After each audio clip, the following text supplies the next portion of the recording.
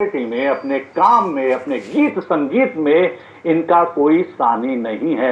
एक छोटा कलाकार लेकिन जिसका बड़ा नाम है, मान्या पांडे, वो हमारे साथ स्टूडियो में मौजूद हैं। मान्या, बहुत बहुत स्वागत है आपका। नमस्कार। और होली की ढेर सारी शुभकामनाएं। आपको भी। आप बहुत सुंदर लग रही हैं इस पगड़ी में। धन्यवाद। ये किसी ने आपको सजेस्ट किया या आपकी अपनी पसंद है? इस तरीके के अटायर आप जो है आमतौर पर भी पहना करते हैं? जैसे लोकगीत जब गाओ तो ये हमारी निशानी होती है। लोकगीत क्या निशानी है।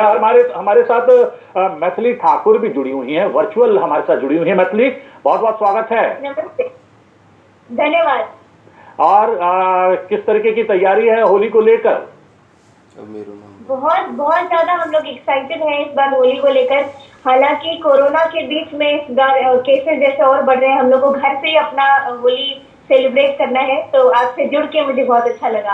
हाँ, हम आपके माध्यम से हम लोग इस निराशा को आशा में बदलने का प्रयास करेंगे। कहते हैं कि संगीत कहीं ना कहीं दवा का काम करती है, और इस अवसर पर जब कोरोना से हम लोग जूझ रहे हैं, दो चार हो रहे हैं, आप कलाकारों के माध्यम से न केवल आज हम होली का यह त्योहार मनाएंगे, रंगोत्सव मनाएंगे, साथ ही साथ हम जिजीविषा भी जो है वो उत्पन्न करने की कोशिश करेंगे लोगों के बीच आपके गीत संगीत के माध्यम से। मान्य पांडे, आपके बारे में हमें पता लगा आप केवल गाती नहीं है, आप गवर्नमेंट की यानी कि सरकार की बहुत सारी योजनाओं से भी जुड़ी हुई हैं।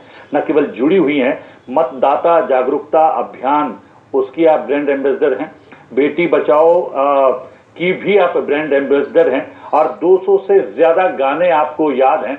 और माना ही जाता है कि आप एक बार कोई गाना सुन लेती हैं तो वो आपके मन मस्तिष्क पर चिपक जाता है और आप ज्यों का त्यों उस गाने को गा सकती हैं।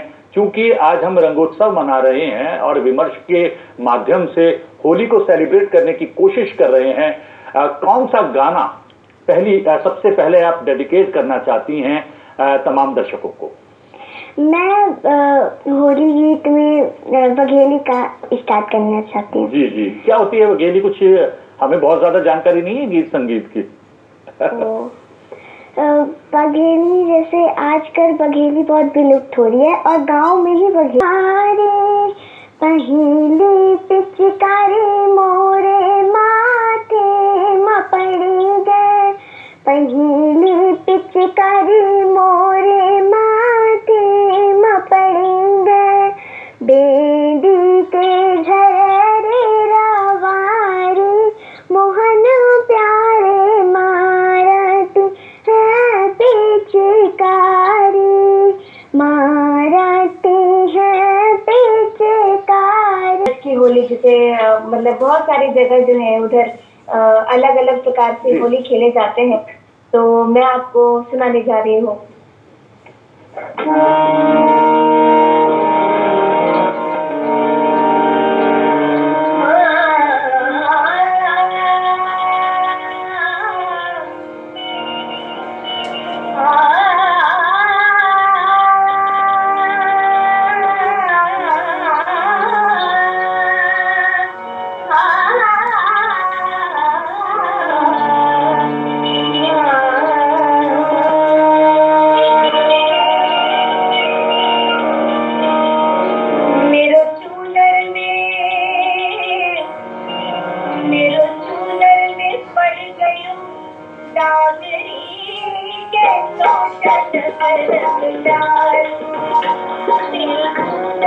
भेज सकते हैं।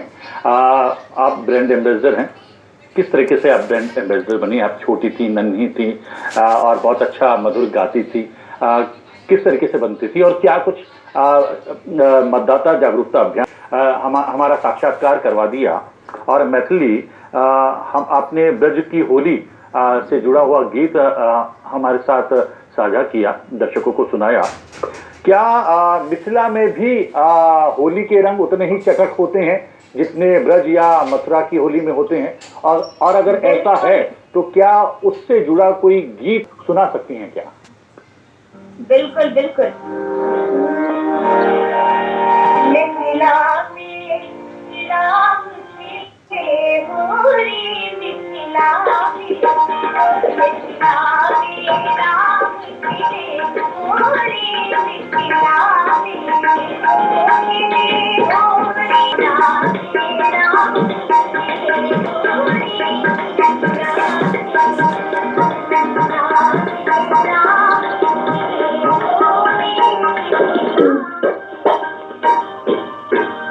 मिथिला में राम खेले होली, आपने ब्रज की कृष्ण की होली जो है उससे जुड़ा हुआ गीत भी हमारे साथ साझा किया। और मिथिला में राम होली खेल रहे हैं उसकी तस्वीर भी हमारे सामने अपने गीत के माध्यम से प्रस्तुत कर दी, पेश कर दी। लेकिन अगर आपसे कोई पूछना चाहे कि आपको निजी तौर पर कहाँ की होली पसंद है, कौन सा रंग आपको सबसे ज्यादा खूबसूरत लगता है,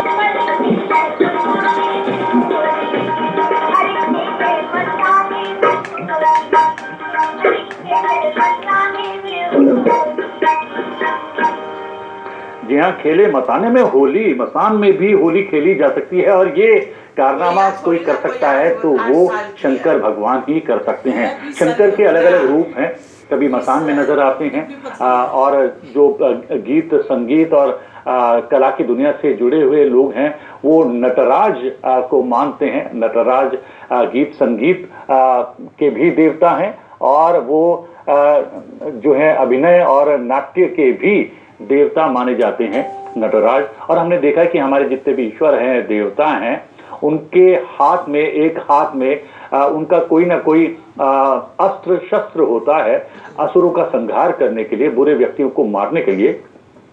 तो उनको कला से भी और संगीत गीत से भी बेहद प्रेम होता है। तो दूसरे हाथ में कोई वाद्य होता है और शंकर भगवान के हाथ में डमरू होता है।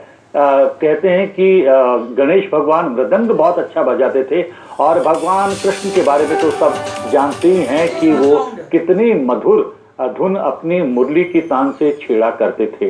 इस मधुरता को हम आगे बढ़ाएंगे और इस मधुरता गीत संगीत के माध्यम से हम रंगोत्सव के रंगों को और गहरा करने का प्रयास करेंगे एक छोटे से ब्रेक के बाद।